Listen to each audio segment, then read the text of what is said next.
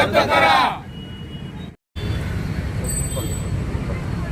आज साक्षी संतोष कांबळे यांना न्याय देण्यासाठी पूर्ण आंबेडकरी चळवळीतील सर्व कार्यकर्ते एकत्र झालेले आहेत आणि साक्षी संतोष कांबळेचा जे आत्महत्या छेडछाडीला कंटाळून झालेले आहे तो आरोपी 8 दिवसात जामीन झाल्यामुळे आम्हाला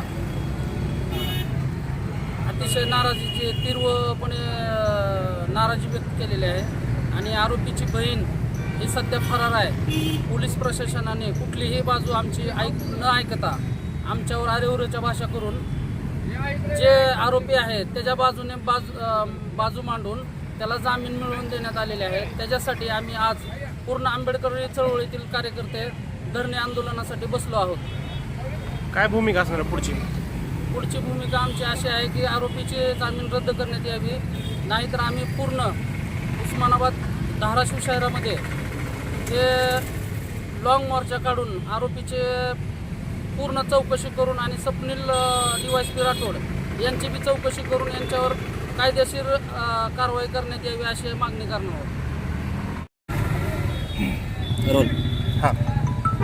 आज या ठिकाणी सर्व आंबेडकर विचारांचे सामाजिक चळवळीतले जे कार्यकर्ते या ठिकाणी आंदोलनासाठी बसलेले आहेत त्यांची प्रमुख मागणी जी आहे मागच्या महिन्यामध्ये आमची साक्षीताई कांबळे हिचे जी का तिने आत्महत्या केलेली आहे, त्रासाला कंटाळून आत्महत्या केलेली आहे, त्यामध्ये जे आरोपी ज्यांना अटक केली होती त्या आरोपींची जामीन देखील झालेली आहे। तर त्या ठिकाणी तपास अधिकाऱ्यांनी पोलीस अधिकाऱ्यांनी चुकीच्या पद्धतीनं सगळं डॉक्युमेंट्स तयार केले जेणेकरून त्या आरोपीला मदत होईल अशा पद्धतीची एकंदरीत जी काय लक्षात यायला लागली भूमिका।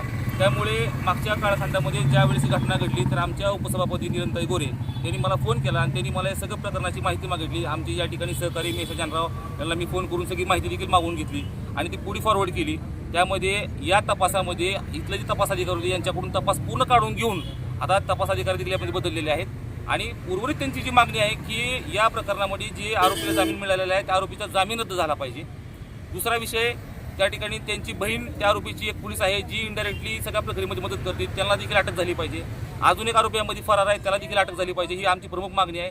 आणि या मागणीच्या अनुषंगानं साक्षीताई कांबळे यांच्या ज्या मातोश्री आहेत त्यांना देखील आमचे उपमुख्यमंत्री एकनाथ शिंदे साहेब बोललेले आहेत आणि याच्यामध्ये कुणालाही दोषीला सोडणार नाही, त्यांच्यावर कठोरातली कठोर कारवाई केली जाईल आणि जोपर्यंत या साक्षीताईंना आमच्या न्याय मिळत नाही तोपर्यंत आमचा हा लढा थांबणार नाही अशा पद्धतीची एकंदरीत भूमिका आहे। आणि आजच्या या आंदोलनाच्या माध्यमातून जी काही मागणी नातेवाईकांची असणार आहे ताईंच्या तर ती मागणी पुढे फॉरवर्ड करणं ही देखील आमचं या ठिकाणी प्रामाणिक काम असणार।